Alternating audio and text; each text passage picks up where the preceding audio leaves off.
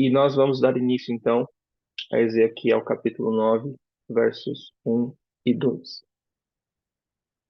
Iniciamos da seguinte maneira: após Ezequiel, então, ver toda aquela cena de abominação, todas aquelas atrocidades na casa de Deus, cometidas tanto por líderes, tanto quanto por pessoas comuns, ele diz o seguinte: então me gritou aos ouvidos com grande voz, dizendo.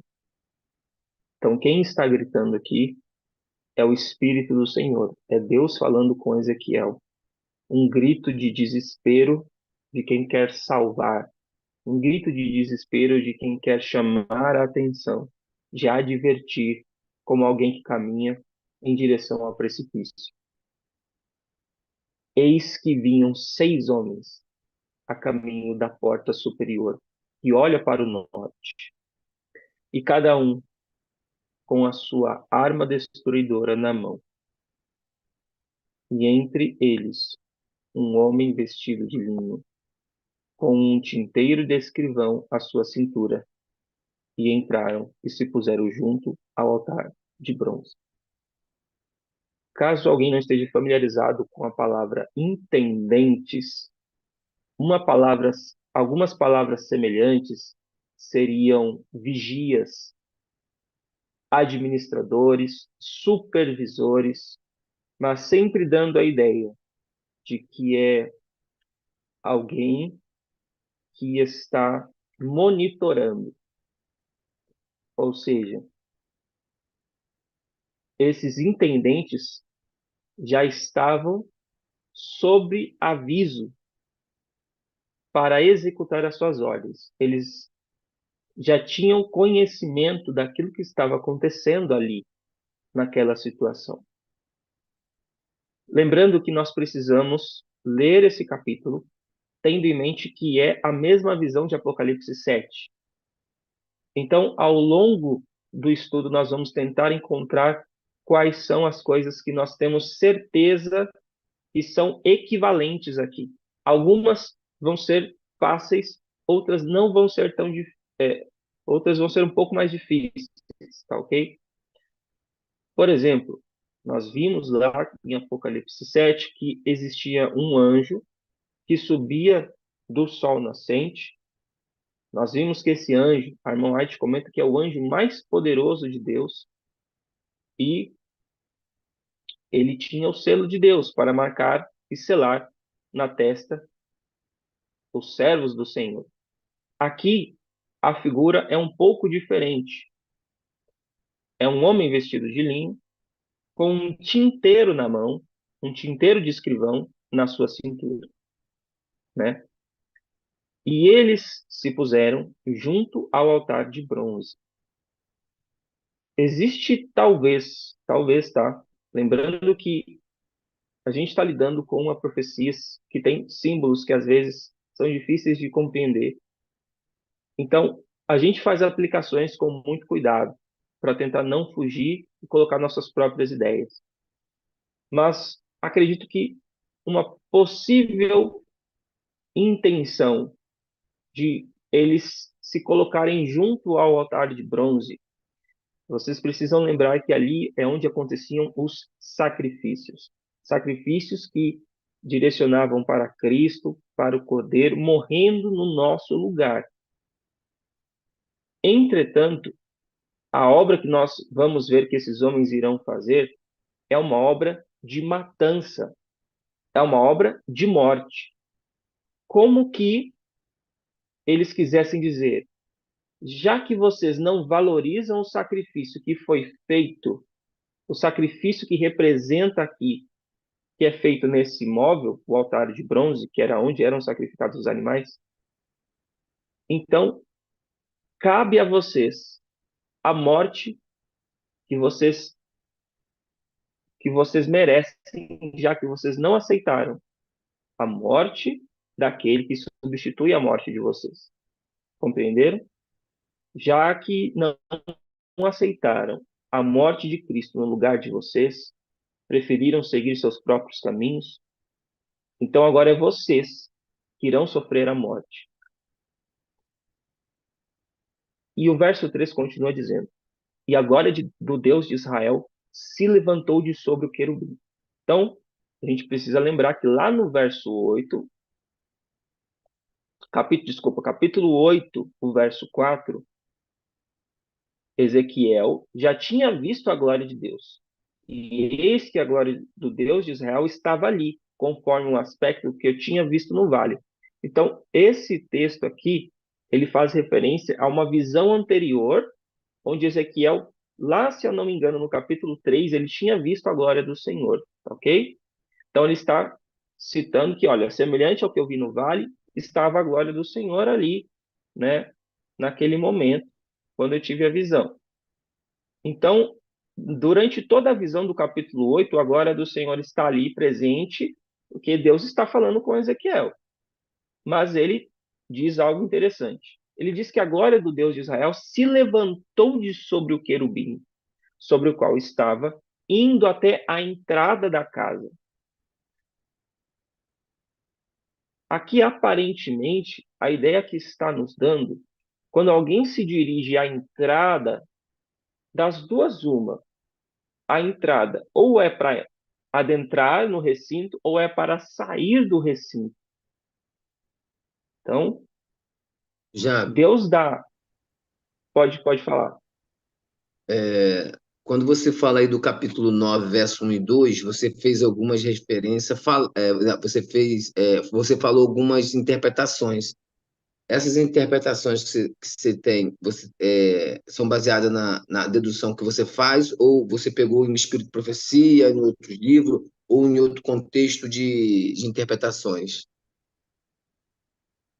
Entendi. Essa é a minha pergunta. Bem, é que o que eu estou fazendo agora no momento é o seguinte: nós vamos dar uma visão geral de Ezequiel 9. Nós vamos ler todos os versos. Aham, Algumas coisas a gente não tem uma interpretação, é apenas uma aplicação, mas após a gente ler Ezequiel 9, nós vamos ler textos onde a irmã White vai dar muitas pistas e dicas do que nós estamos vendo. ok, Então, ok. algumas coisas que eu estou dizendo aqui, já são um pouco das conclusões que eu tirei junto com o Espírito de Profecia, mas vocês vão ler comigo junto os textos daqui a pouco do Espírito de Profecia, Tá bom, obrigado. por nada. Então, veja, indo até a entrada da casa.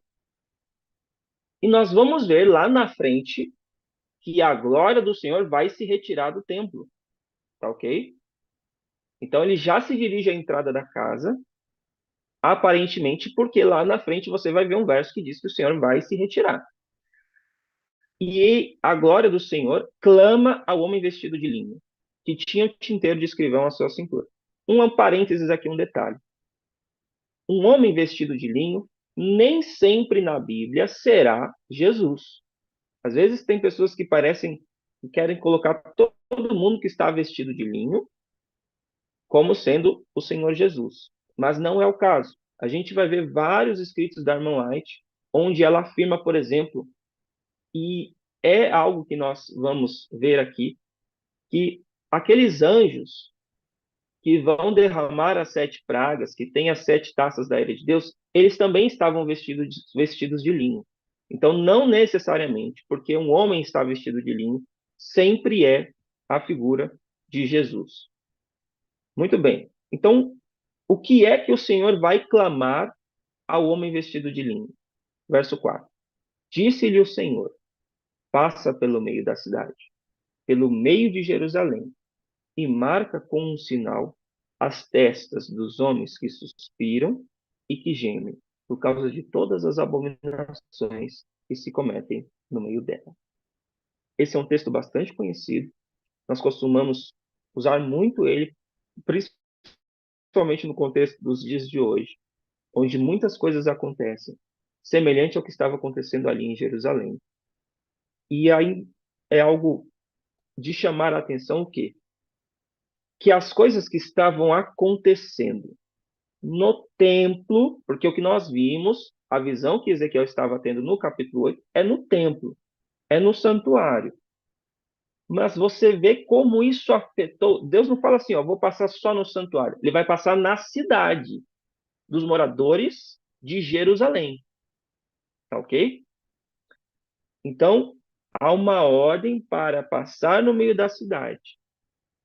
E diz que as coisas, olha só, passa no meio da cidade, pelo meio de Jerusalém, marca com sinal aqueles que suspiram e gemem por causa de todas as abominações que se cometem no meio dela.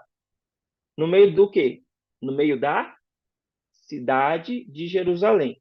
Então, aquilo que acontecia no templo, no santuário, que era abominações, era um reflexo também do que acontecia na cidade. Isso significa o quê? Não eram só os líderes, não eram só os que estavam dentro do santuário que estavam fazendo abominações. Havia também os moradores ali, que moravam em Jerusalém, que também cometiam abominações que estavam de mesmo grau e semelhança. Tá ok? Ezequiel agora 9:5. E aos outros disse. Então, isso que foi dito aqui, passa pelo meio da cidade, foi dito para o escrivão, aquele que tinha o tinteiro. Ok? Agora, o Pai, Deus, vai se dirigir aos outros, aos intendentes. Passai pela cidade após ele. Então, primeiro ele vai marcar na testa, com um sinal. E os outros vão depois dele. E o que, que eles vão fazer? A ordem é: não poupe o vosso olho. Ou seja, não façam vista grossa, nem vos compadeçais. Não existe aqui mais misericórdia. Não existe mais chance de arrependimento. Matai velhos, jovens, virgens, meninos e mulheres, até exterminá-los.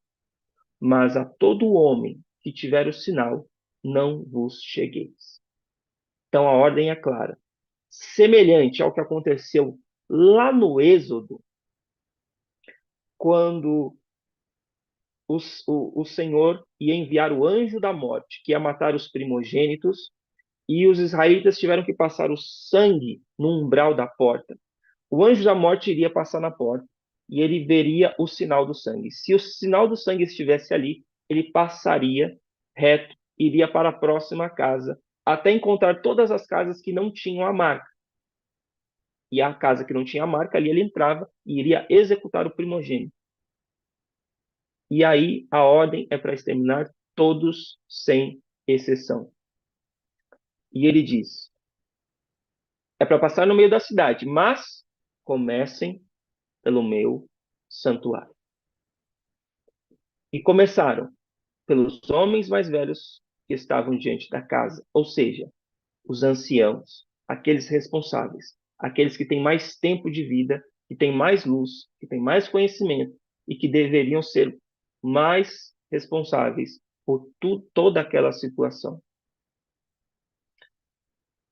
E disse-lhes: contaminai a casa e enchei os átrios de mortos. E saíram e feriram na cidade.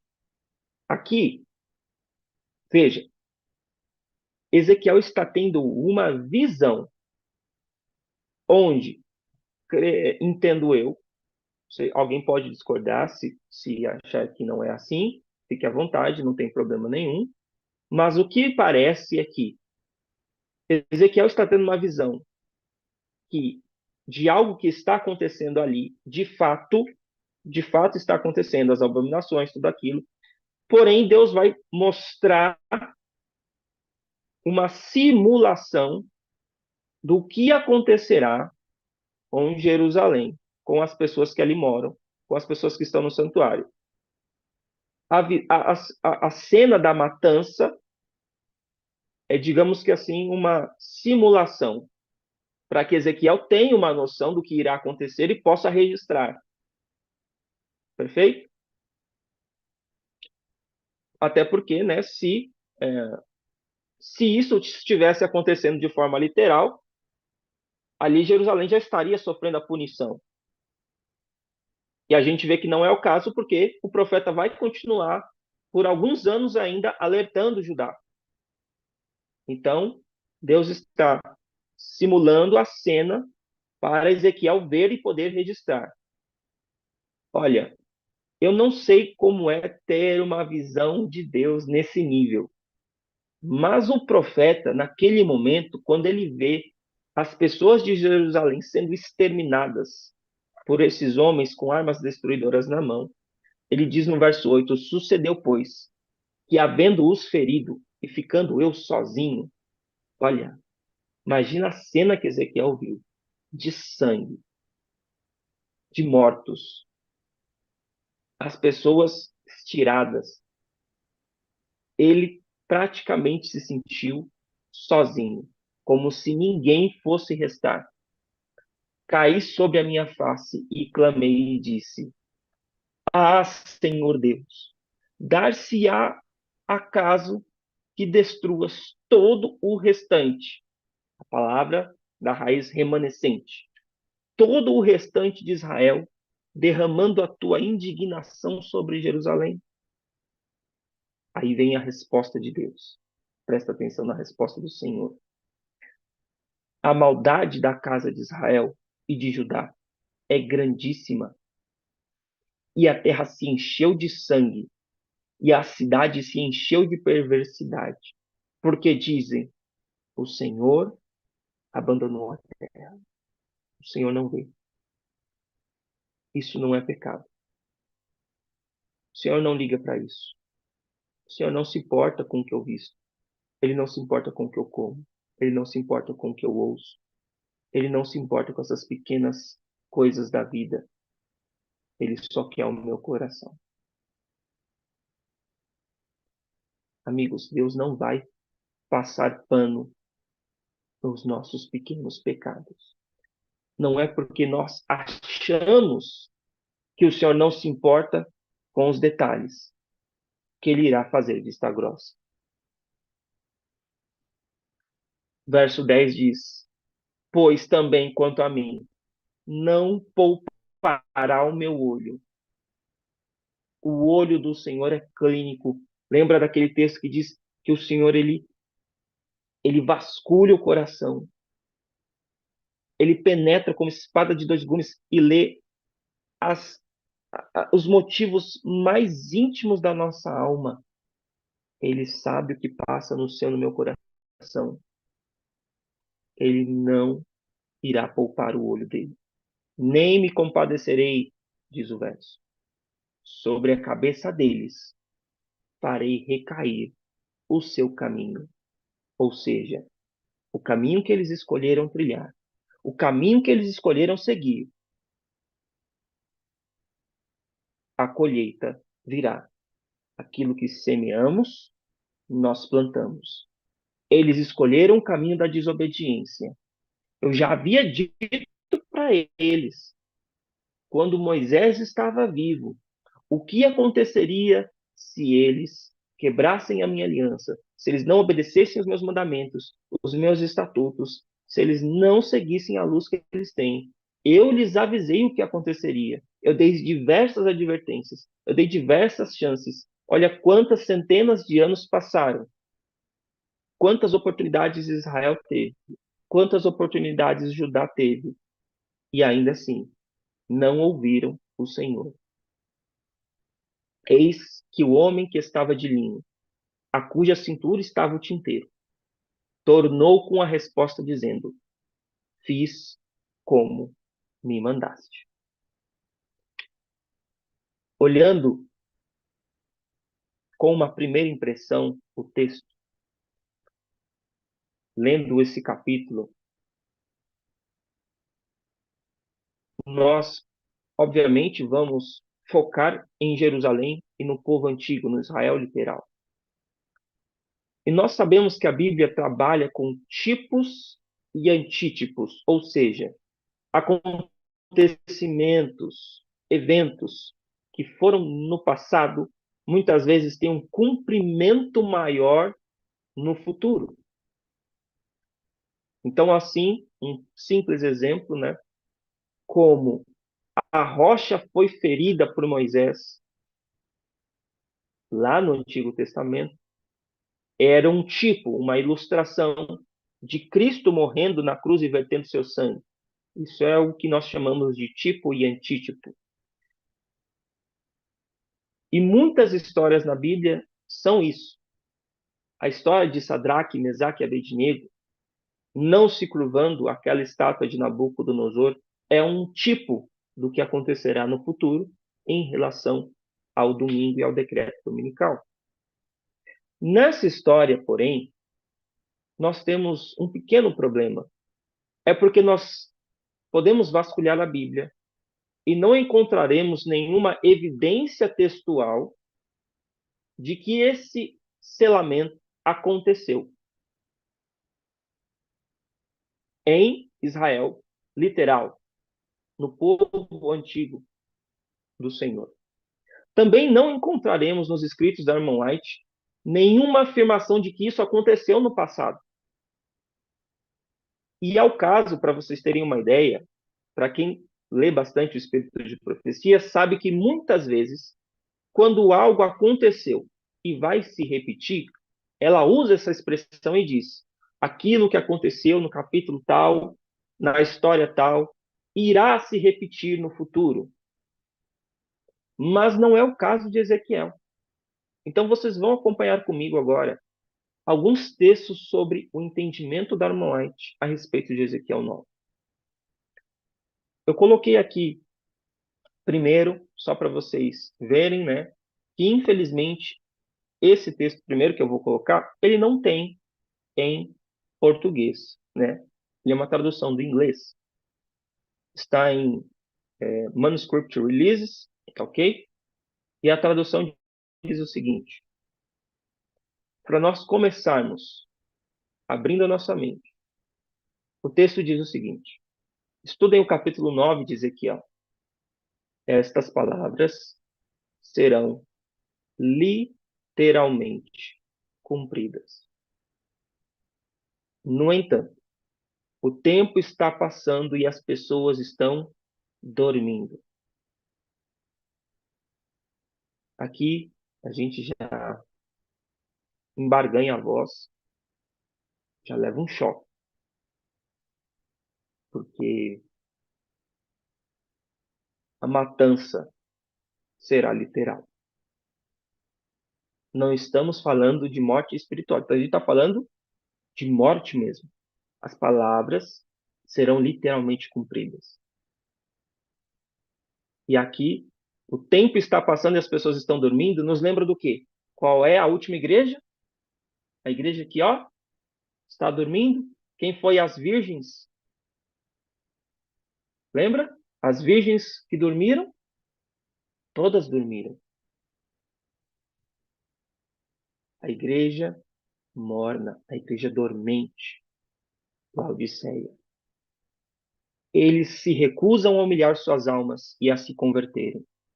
Não demorará muito para o Senhor tolerar as pessoas que têm verdades tão grandes e importantes reveladas a elas, mas que se recusam a trazer essas verdades para a sua experiência individual.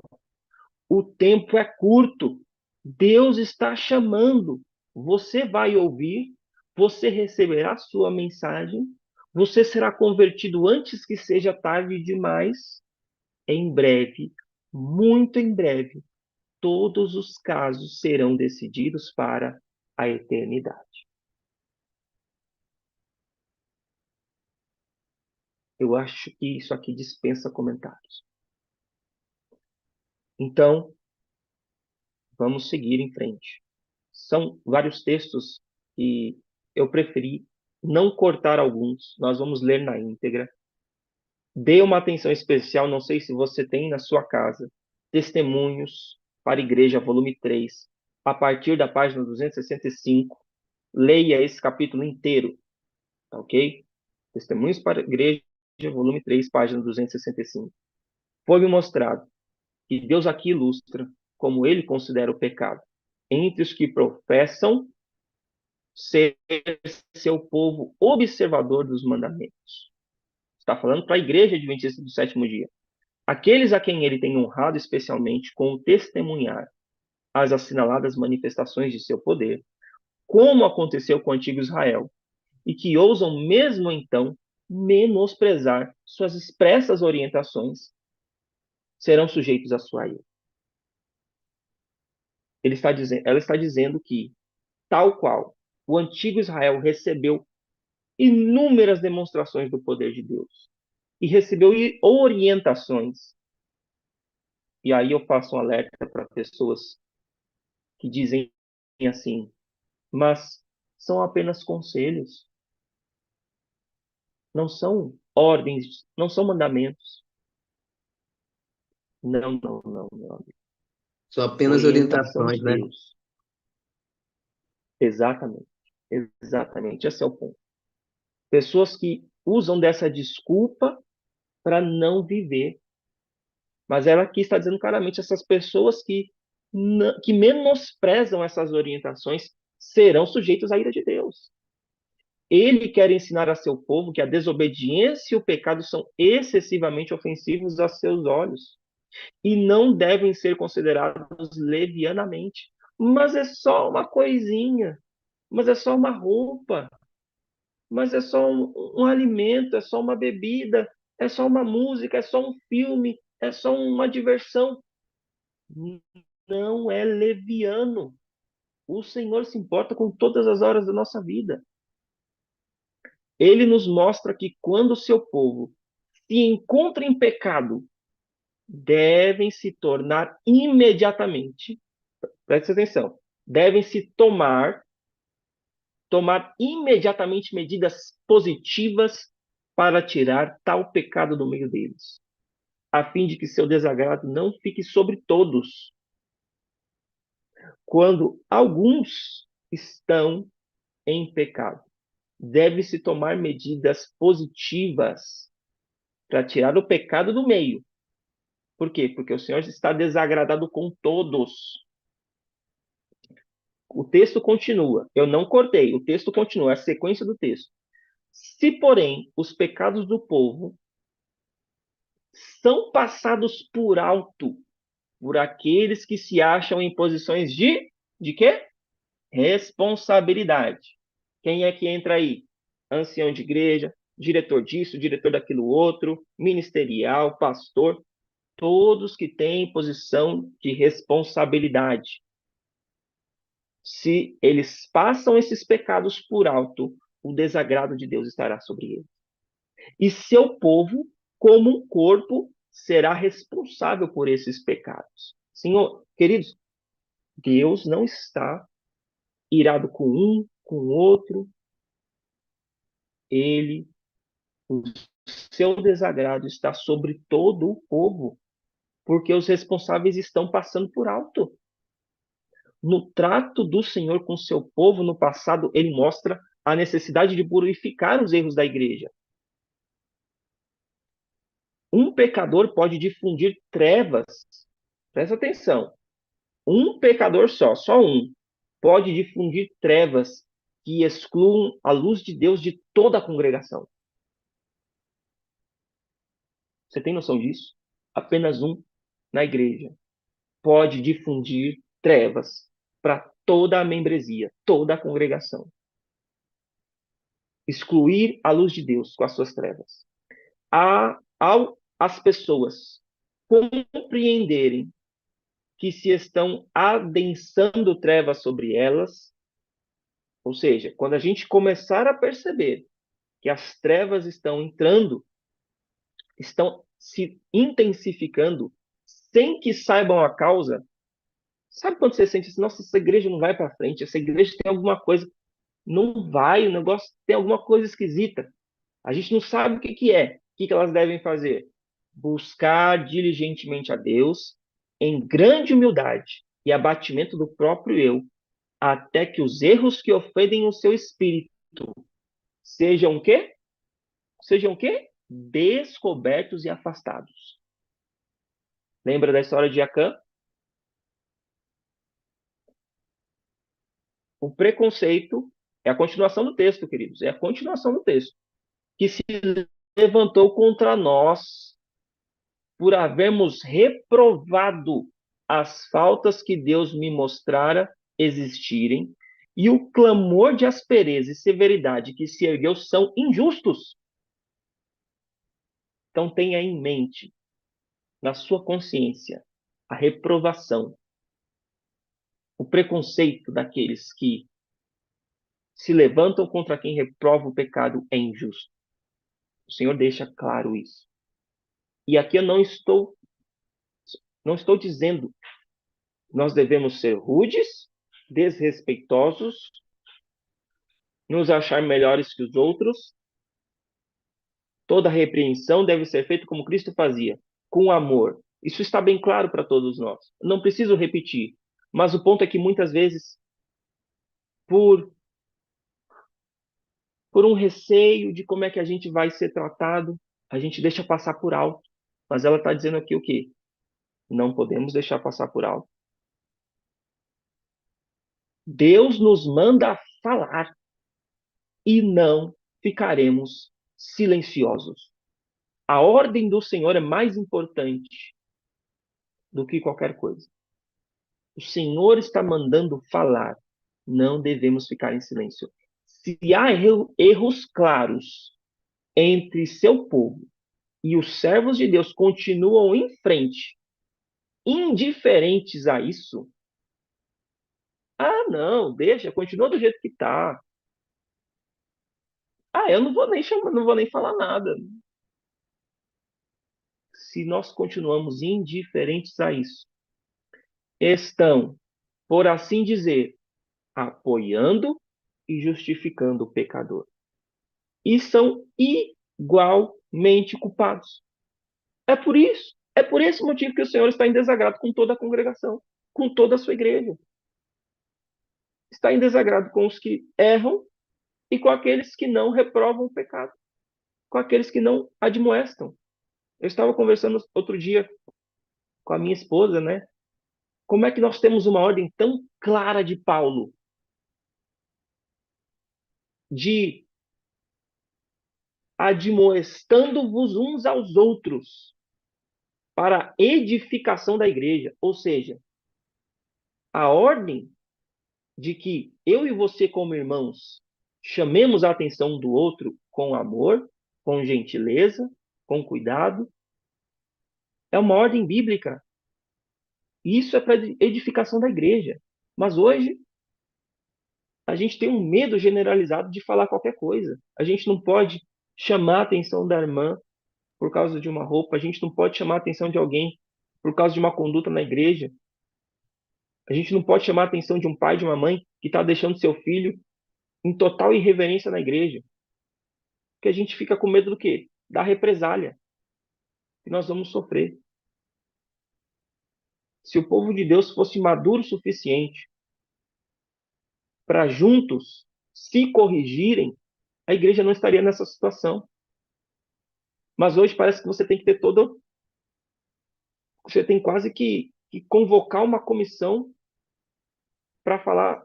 Isso quando é algo muito grave, né? Para falar sobre alguma coisa que o irmão está precisando ser corrigido. Coisas que não teriam essa necessidade. Bastaria seguirmos a orientação de Deus através que Deus deu através de Paulo. Continua o texto. E são igualmente culpados, incorrendo tão certo como ele no desagrado de Deus, pois serão tidos como responsáveis pelos pecados do culpado. Foram-me mostrados em visão muitos casos em que o desagrado de Deus foi atraído por negligência da parte de seus servos quanto a tratar dos erros e pecados existentes entre eles. Presta atenção agora, porque agora a gente vai entrar em comentários que ela vai fazer a respeito de Ezequiel 9. Os que passaram por alto esses erros têm sido considerados pelo povo muito amáveis e de posição benigna, simplesmente por haverem eles recuado do desempenho de um claro dever escriturístico. É um claro dever escriturístico. Reprovar o pecado, admoestar os irmãos. Essa tarefa não agradava a seus sentimentos, portanto, eles a evitaram. Pessoas que falam assim, eu vou me sentir desconfortável, ter que ir lá falar com o irmão, reprovar, admoestar. Não agrada o sentimento, mas também não agrada a Deus, esse tipo de atitude. O espírito de ódio que tem havido por parte de alguns, por terem sido reprovados os erros existentes entre o povo de Deus, trouxe cegueira e um terrível engano à sua mente, tornando-lhes impossível discernir entre o que é certo e o que é errado. Apagaram a própria visão espiritual. Podem testemunhar erros, mas não se sentem como Josué. Não se humilham por sentir o perigo das almas. Olha que terrível. Aqui é basicamente um diagnóstico. Aqui é basicamente mostrando as causas da cegueira lá mostrada em Apocalipse, capítulo 3, da Odisseia. A cegueira espiritual. Quanto mais você ignora os erros, quanto mais você passa os erros por cima, mais as trevas vão se intensificando. O ódio dessas pessoas vai trazendo a cegueira espiritual. O verdadeiro povo de Deus, os que possuem o espírito da obra do Senhor e levam a sério a salvação das pessoas, verá sempre o pecado em seu caráter real, maligno. Estarão sempre a favor de lidar de maneira fiel e positiva com os pecados que facilmente assaltam o povo de Deus. Existe uma maneira fiel, positiva de lidar com os pecados do povo de Deus. Em especial na obra final da igreja. Quando que é essa obra final? É agora. No tempo do selamento dos 144 mil, que hão de permanecer irrepreensíveis diante do trono de Deus, sentirão muito profundamente os erros do professo povo de Deus. Você já teve essa sensação? Você entrou na igreja e você viu coisas que você sentiu um peso na sua alma, um peso pelas abominações que se cometem no meio do nosso povo. Isto é fortemente salientado pela ilustração do profeta, da última obra na figura dos homens com armas destruidoras na mão. Observou como ela colocou selamento, Ezequiel 9, e falou dos homens com armas destruidoras na mão. O que ela vai dizer mais? Um homem entre eles estava vestido de linho, com um tinteiro de escrivão à sua cintura. E ela vai citar Ezequiel 9:4, para marcar aqueles que suspiram e gemem por causa das abominações que se cometem no meio dela. E agora ela vai comentar esse texto dizendo: quem subsiste no conselho de Deus a esse tempo são aqueles que, por assim dizer, desculpam os erros entre o professo povo de Deus e murmuram em seu coração, se não abertamente contra os que reprovam o pecado? São os que tomam atitude contra eles e se compadecem dos que cometem erro? Não, absolutamente não. A menos que eles se arrependam e deixem a obra de Satanás em oprimir os que têm a responsabilidade da obra e em sustentar as mãos dos pecadores de Sião, jamais, jamais receberão o selo aprovador de Deus.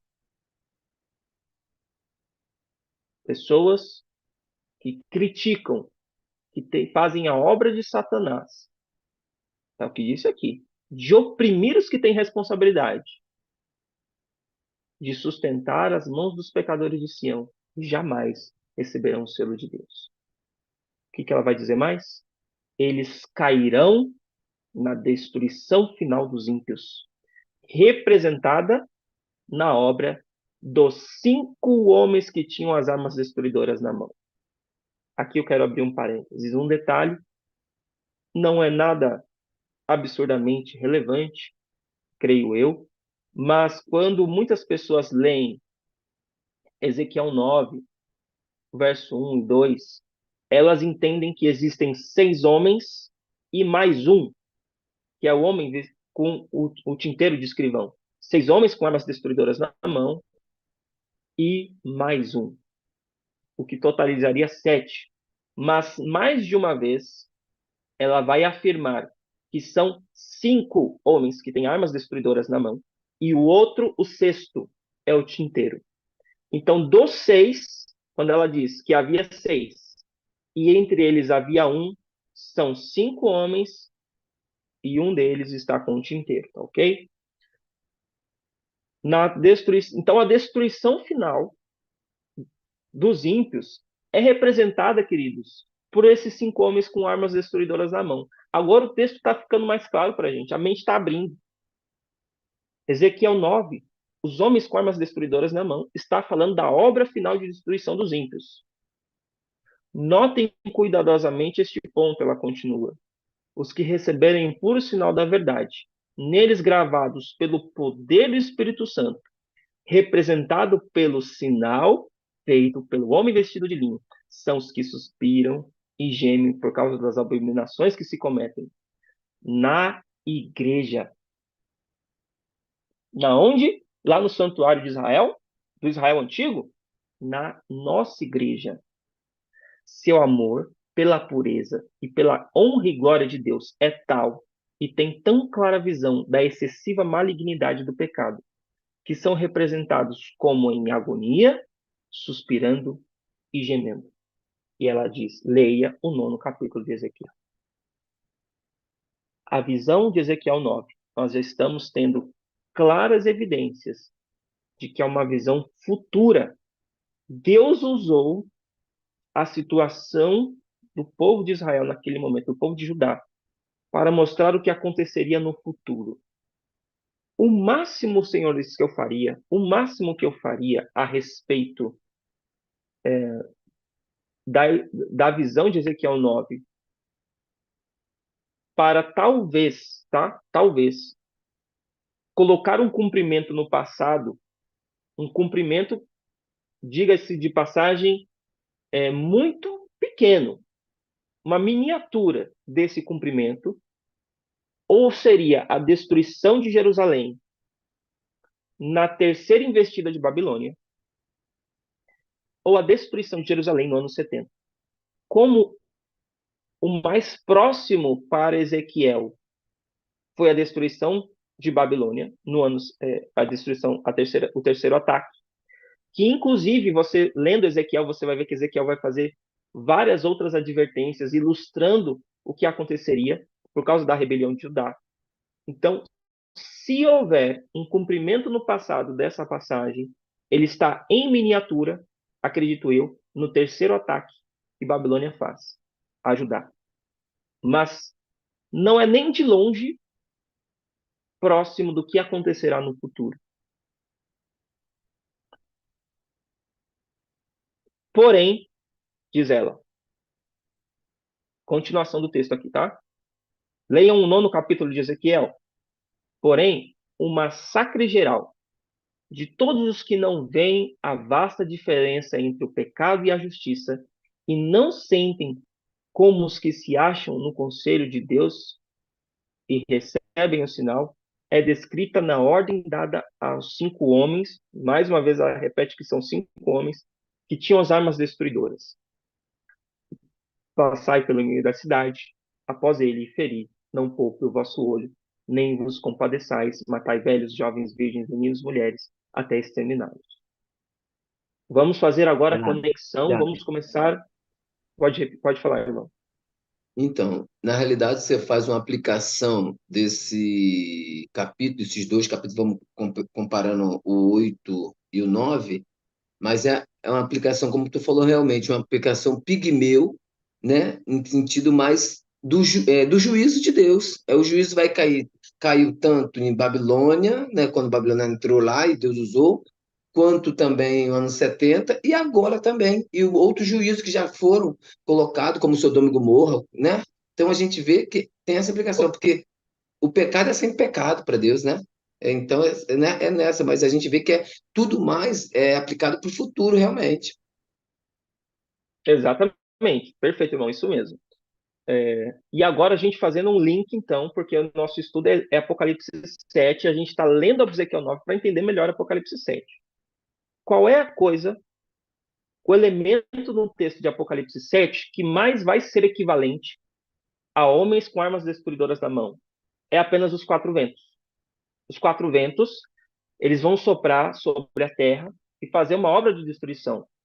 Aqui em Ezequiel 9, o que faz a obra de destruição são as armas destruidoras.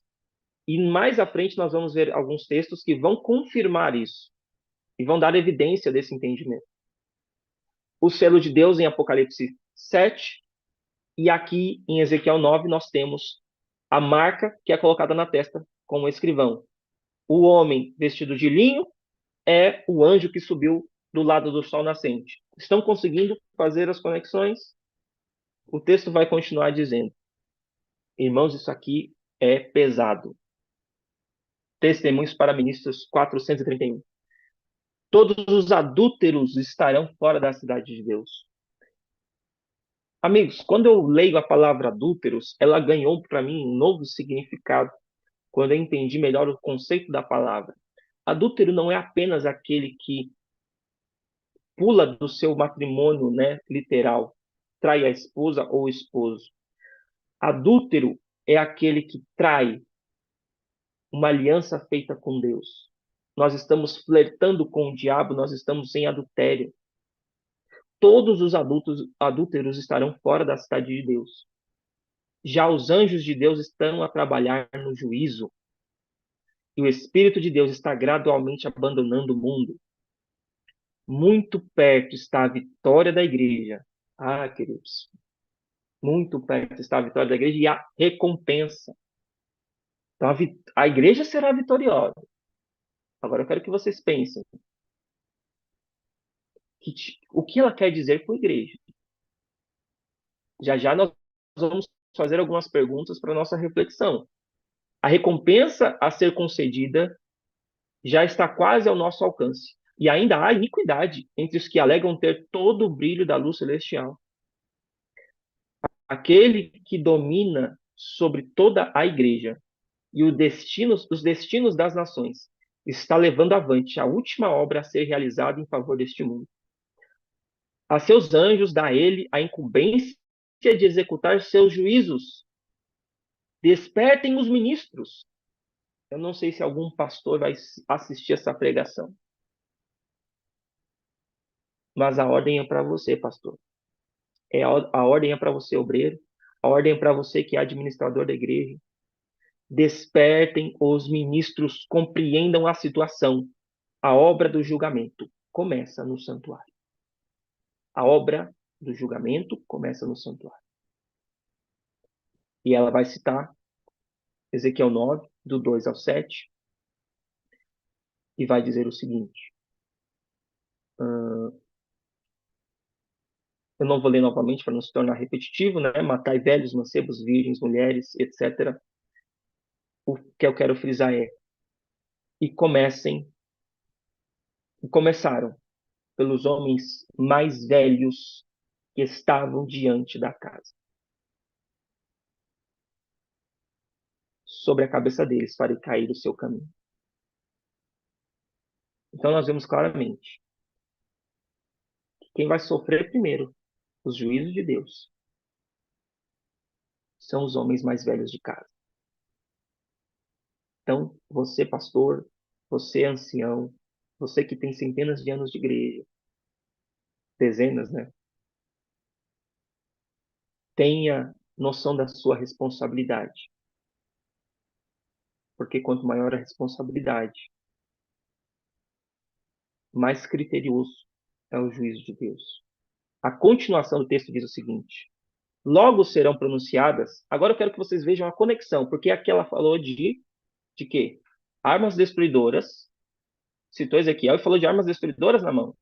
Em seguida, ela vai dizer: logo serão pronunciadas as palavras: ide derramai sobre a terra as 7 salvas da ira de Deus.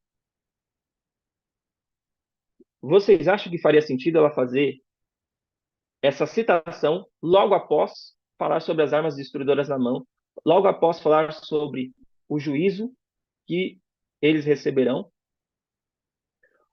Ela continua dizendo: um dos ministros de vingança declara: e ouvi o anjo das águas que dizia: justo és tu, ó Senhor, que és e que era, santo és, porque julgaste estas coisas. Esses seres celestiais, ao executarem o mandado de Deus, não fazem perguntas, mas fazem o que lhes é ordenado. Jeová dos exércitos, o Senhor Deus Todo-Poderoso, o justo, o verdadeiro e o santo, dá-lhes uma obra a fazer. Com indeclinável fidelidade, saem eles revestidos de linho branco. Lembra que eu falei para você? Nem sempre um ser celestial vestido de linho branco é Jesus. Aqui os anjos que vão derramar 7 taças da ira de Deus estão vestidos de linho branco e puro, tendo o peito cingido com cintos de ouro. E uma vez cumprida a sua tarefa, ao derramar a última taça da ira de Deus, voltam eles e depositam as taças vazias aos pés do Senhor. Então, as armas destruidoras, na minha humilde compreensão, baseado nas evidências que nós vimos, e nesse texto principalmente, onde ela conecta as armas com as taças, os juízos da ira de Deus, representam, então, as 7 pragas. Ezequiel 9, quando fala sobre as armas destruidoras nas mãos, os 5 homens são, em equivalência, os 7 anjos que vão derramar 7 taças da ira de Deus. Uma resposta que eu preciso ser honesto com vocês, que eu não tenho. Eu não sei por que o número é diferente. Não sei se existe uma razão, tá? Não sei se existe uma razão. Mas o fato é que, apesar do número não ser o mesmo, o importante é que a essência é semelhante. Destruição em Ezequiel 9, matança dos homens, mulheres e crianças, e também destruição global em Apocalipse 7, ali após os anjos soltarem os ventos. Detalhe importante. Como nós vimos no estudo sobre os ventos não são exatamente as 7 taças da ira de Deus. Porque nós vimos que os ventos têm mais a ver com a destruição e influência demoníaca, ou seja, Satanás irá inflar as emoções, irá incentivar a guerra, a matança, a destruição, e ele também fará sua obra de destruição.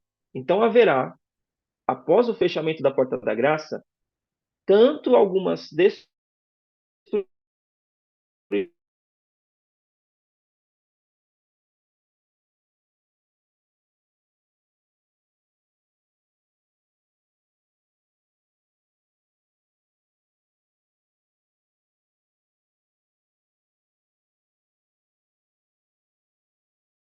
Acho que ele caiu, né, gente? Vocês Sim, me assim ouvem? saiu. Vamos aguardar em oração que ele retorne. Vamos estourando esse pedido de oração, pedir a Deus, por Deus. Deve estar chovendo, aqui onde eu moro está chovendo. A internet fica ruim, vamos estar em oração. Sim, sim, irmã Terezinha. Amém.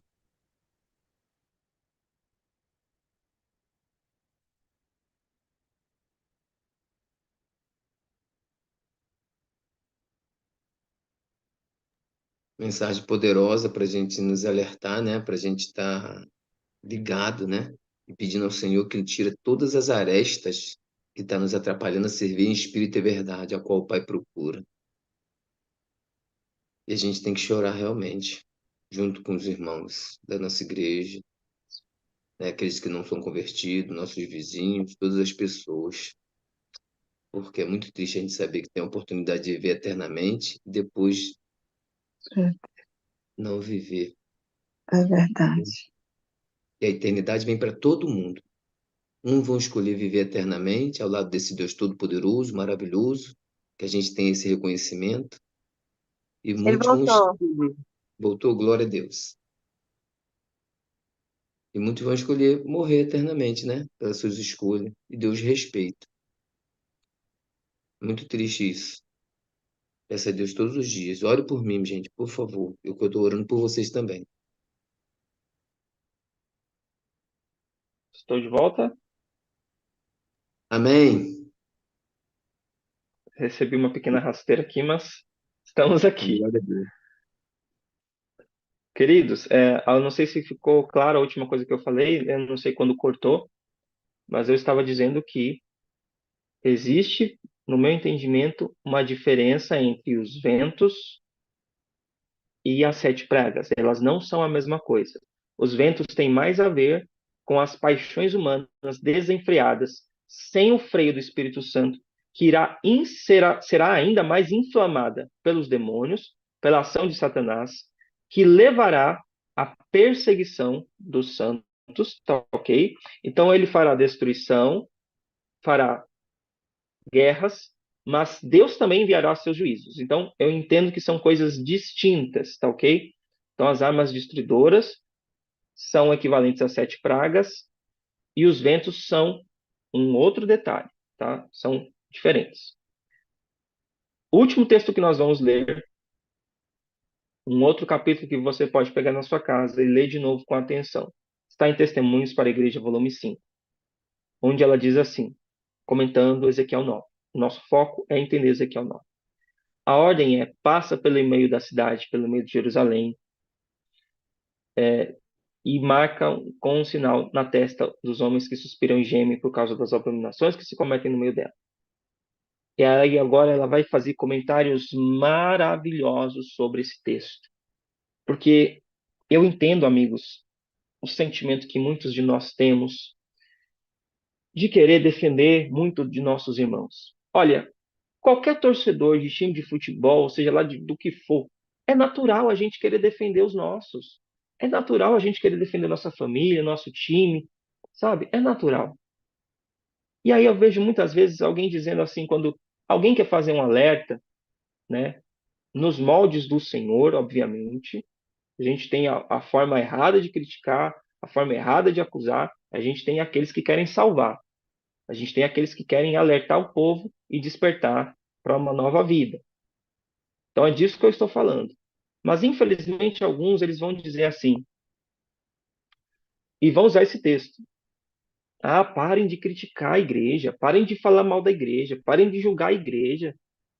Vocês vão pregar o evangelho. O texto de Ezequiel 9:4 fala para a gente orar, gemer. Vamos apenas orar. Vamos orar por eles e nada mais. Não precisa ficar chamando atenção. Mas a orientação que nós temos aqui, observe bem o que a irmã White vai comentar sobre esse texto. Esses que suspiram e gemem, eles só ficaram orando? Não, não, não, não, não. Orar é importante, mas veja o que ela diz mais. Haviam estado a pregar as palavras da vida. Lembra que nós lemos, fomos ordenados a falar e não ficaremos silenciosos.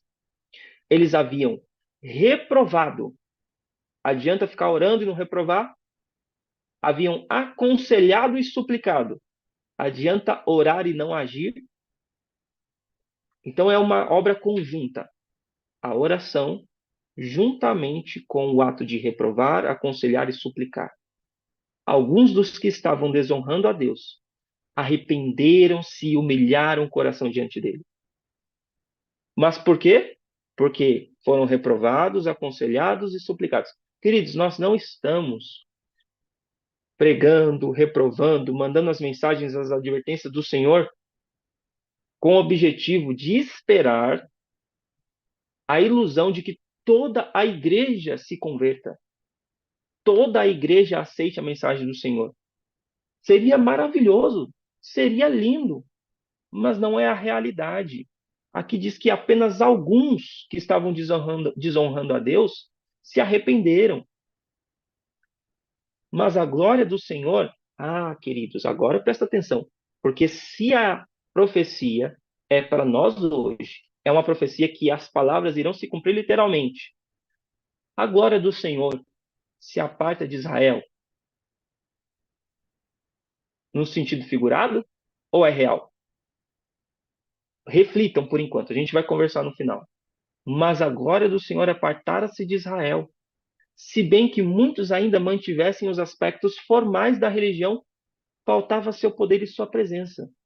Então haverá pessoas que estarão continuando, indo na igreja, bonitinho, fazendo os aspectos formais da religião, mas não tem o poder de Deus, não tem a presença de Deus. A glória do Senhor se apartou. O Senhor se dirigiu até a porta e a glória de Deus foi embora. Ao tempo em que sua ira se manifestar em juízos, lembrando que é a continuação do texto sem corte, não cortei nada. Esses humildes e devotos seguidores de Cristo se distinguirão do resto do mundo pela angústia de sua alma, a qual se exprime em lamentos e prantos, reprovações e advertências, ao passo que outros procuram lançar. Então, enquanto uns choram, gemem, reprovam e advertem, outros fazem o quê? Tentam lançar uma capa. Não vamos falar disso. Isso vai causar divisão. Não precisa expor os erros da igreja. Não vamos fazer isso.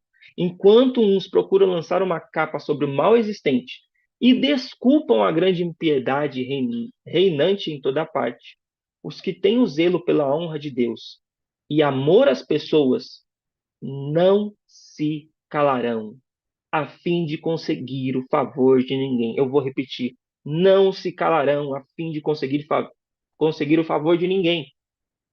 Seu espírito justo aflige-se dia a dia pelas obras e costumes profanos dos ímpios. E quem são os ímpios? Quem são os ímpios? São os que estão lá fora? Não, queridos, ímpios é os que sabem a verdade, é os que têm luz e não estão praticando. São impotentes para deter a impetuosa torrente da iniquidade. E assim se enchem de dor e sobressalto. Sabe aquele sentimento de incapacidade de causar uma mudança, de fazer alguma coisa? E a gente se sente aflito, angustiado pelos nossos queridos irmãos que nós amamos. E é por isso que nós não nos calamos e reprovamos. Oramos por ele, mas também suplicamos e aconselhamos. Lamentam diante de Deus ao verem a religião desprezada nos próprios lares daqueles que receberam grande luz. Lamentam-se e afligem o espírito porque se encontram na igreja orgulho, avareza, egoísmo e engano de quase toda espécie. O Espírito de Deus, que impulsiona a aceitar a reprovação, é espezinhado, ao passo que os servos de Satanás triunfam. Os servos de Satanás triunfam. Deus é desonrado, a verdade tornada de nenhum efeito. A classe que não se entristece por seu próprio declínio espiritual, nem chora sobre o pecado dos outros, será deixada sem o selo de Deus. Não adianta você ficar só olhando para o seu irmão e falando: nossa, como ele está errado. E não chorar pelo pecado dele, não lamentar, gemer, aconselhar e reprovar. É um conjunto de coisas. Acontece que eu vejo que muitas vezes a gente quer separar as coisas. Uns querem apenas chorar, orar e não reprovar, não aconselhar, ter uma atitude mais passiva. Outros querem acusar, mostrar os pecados, mas não querem orar e não querem chorar. Não adianta fazer um e não fazer o outro. É um conjunto de coisas. O Senhor comissiona seus mensageiros, os homens que têm armas destruidoras nas mãos. E ela vai repetir de novo. Eles passem no meio da cidade e matem todos. Começaram pelos homens mais velhos que estavam diante da casa. Estou terminando. Eu sei que o tempo está um pouco avançado, mas eu quero fechar esse assunto hoje. Olha o que ela acabou de dizer. Ela citou: começaram pelos homens mais velhos que estavam diante da casa. A continuação do texto é: vemos aí a igreja. Vemos aí o quê? A igreja. O santuário do Senhor foi a primeira a sentir o golpe da ira de Deus. Irmãos, eu não sei o que vai acontecer com a nossa igreja. Eu não sei que coisas Deus vai permitir, mas os adventistas do sétimo dia, que estão rejeitando a luz, se assim permanecerem, vão ser os primeiros a sofrer o golpe da ira de Deus. Os anciãos, aqueles a quem Deus deu grande luz e que havia ocupado o lugar dos depositários dos interesses espirituais do povo, haviam traído o seu depósito.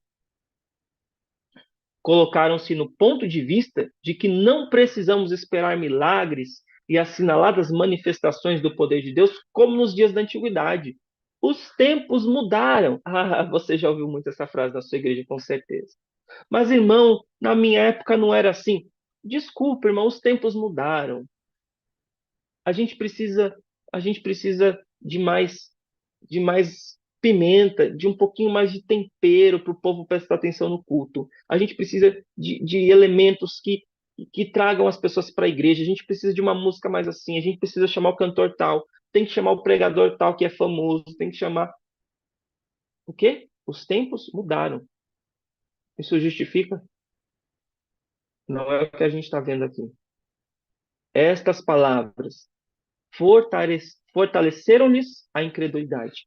E dizem: ah, não, o Senhor não fará bem nem mal. É demasiado misericordioso para visitar seu povo em juízos. Não, Deus não liga para isso. Isso é coisa pequena.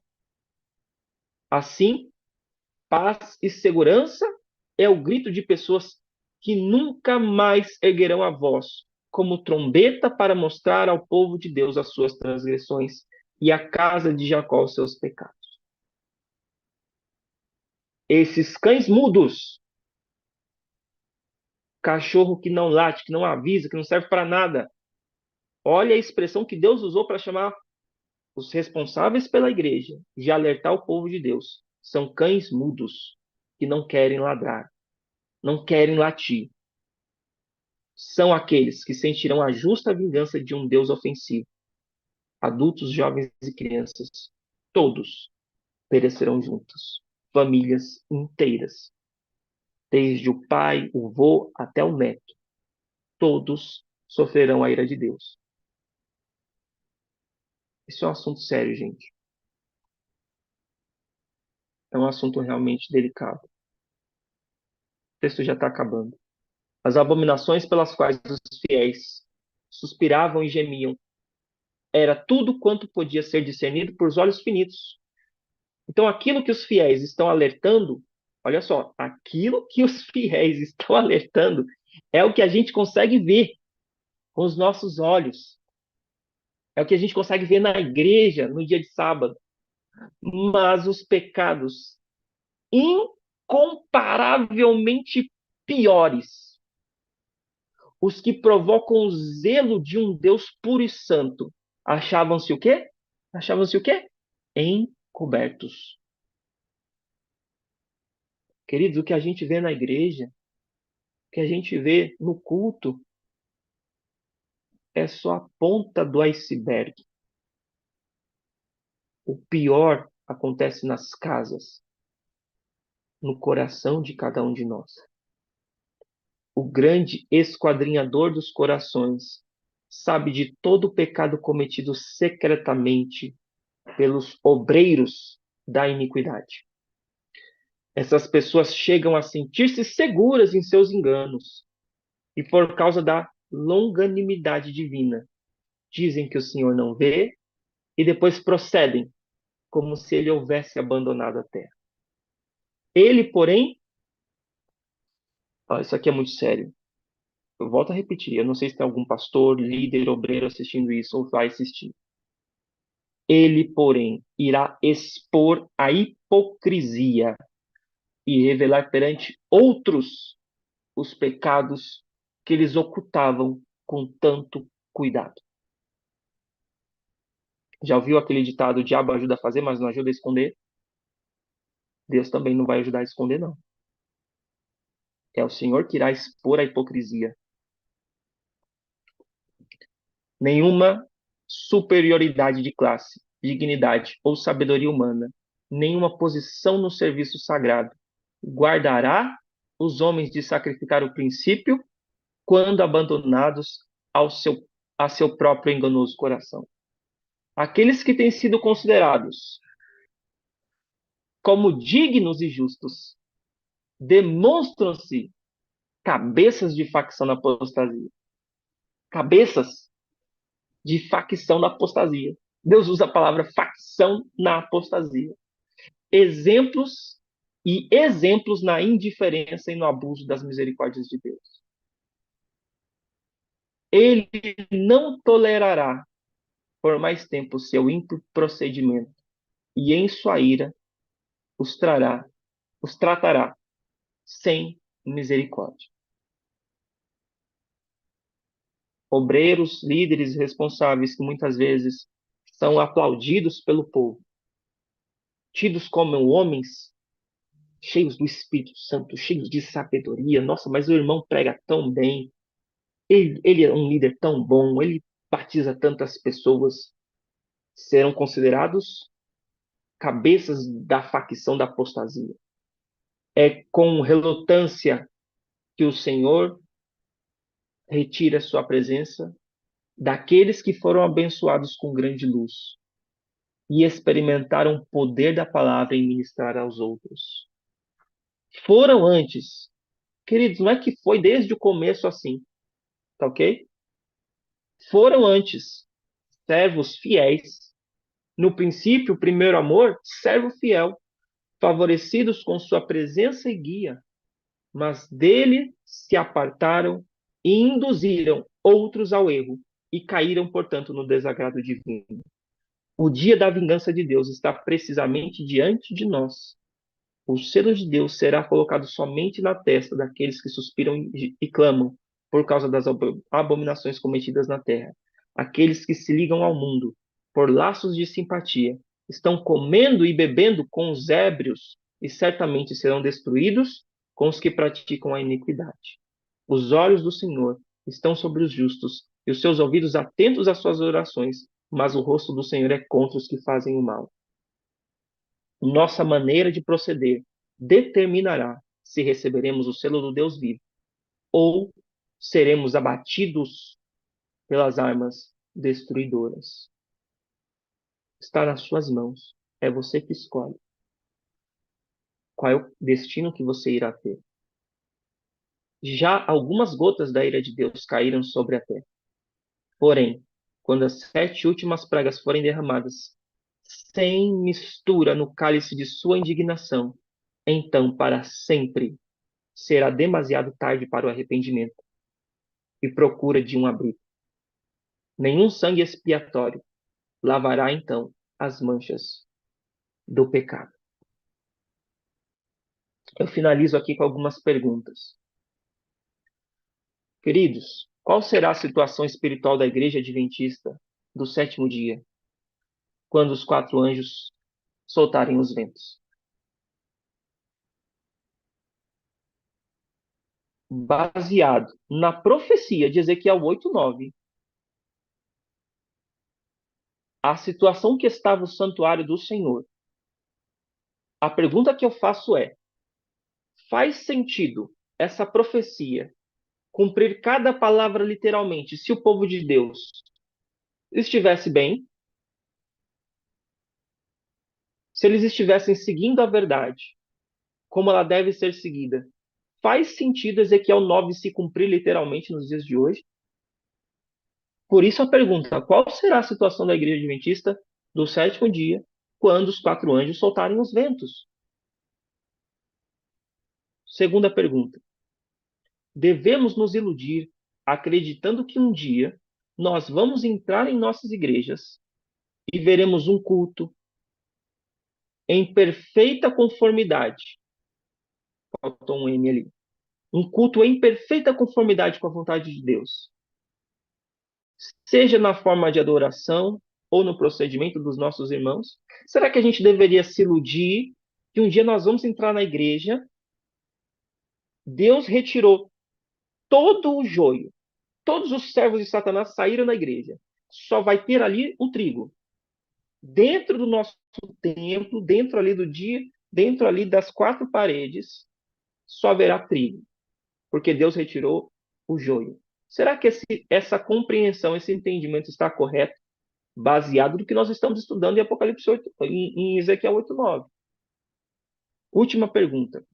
Considerando o que diz o espírito de profecia, o que podemos esperar da maior parte de nossos líderes nos próximos anos? Podemos confiar 100% em todos eles? Preste atenção, que eu não disse todos. Desculpa, eu não disse. Deixa eu reformular aqui. Não estou dizendo que alguns não são confiáveis. A maior parte. Eu disse a maior parte dos líderes. E se nós podemos confiar em todos eles. Não que alguns não sejam. Baseado no que nós estamos vendo. O que nós podemos esperar para o futuro? Será que faz sentido eu basear? Aqui está a grande questão. Faz sentido eu basear a minha fé, a minha vida religiosa, a minha vida espiritual no procedimento da organização, na conduta da organização, se a organização está fazendo as coisas certas ou não? Eu vou me considerar um adventista do sétimo dia somente se a organização estiver procedendo corretamente? Porque se a minha vida espiritual depende de como os líderes e a organização conduzem a igreja, vocês viram aí qual era a conduta, qual será a conduta, como diz a profecia, do santuário do Senhor nos últimos dias, e qual será o destino deles. Por isso eu disse, queridos, eu não sei qual vai ser a reação de muitos que assistirem essa mensagem. Nós precisamos ter maturidade para entender a igreja de Deus, tendo o seu papel, mas não estando isenta dos juízos de Deus. Em nenhum momento aqui vou reiterar isso. Estou dizendo para que saiam da igreja, que a igreja é Babilônia, porque temos absolutas textos claros de que não é esse o procedimento que devemos ter. Mas precisamos ser realistas com a situação em que vivemos. Muitos se iludem achando que as coisas vão melhorar no futuro. Que algum líder, algum grupo de líderes irá se levantar e fazer uma grande mudança na nossa igreja. Uma grande mudança na organização. Mas eu digo, a mudança tem que ocorrer em mim e em você, independente de como está a vida da nossa liderança. É o remanescente que será marcado com o selo de Deus. Não é todos os funcionários do santuário. Então, que nós tenhamos, queridos, sabedoria para seguir essas orientações. Não estou dizendo aqui para você fazer guerra com ninguém, para você ser grosseiro, áspero na sua forma de lidar com os irmãos na igreja, mas que você saiba dosar da forma como Deus manda a reprovação, a advertência, os conselhos. Precisamos demonstrar que reprovamos porque amamos. E mesmo que sejamos pressionados, represados, que nós não recuemos e nos mantenhamos firmes ao que o Senhor nos deu. E nós não traiamos os depósitos que Ele nos, os tesouros que Ele nos deu.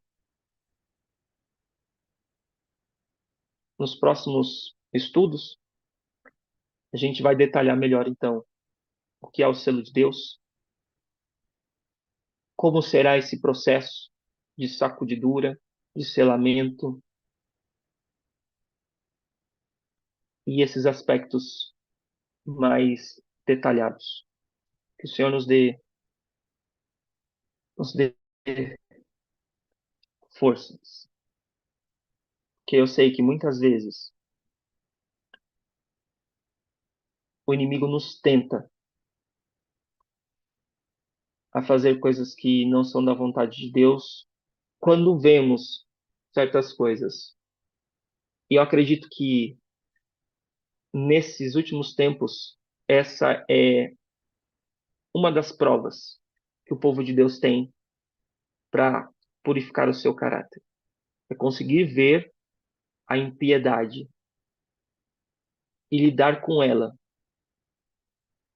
da maneira como Jesus lidaria, amando os pecadores, mas reprovando o pecado. E para termos esse tipo de espírito de Cristo, precisamos nos entregar a Deus completamente todos os dias e sermos usados pelo Espírito Santo.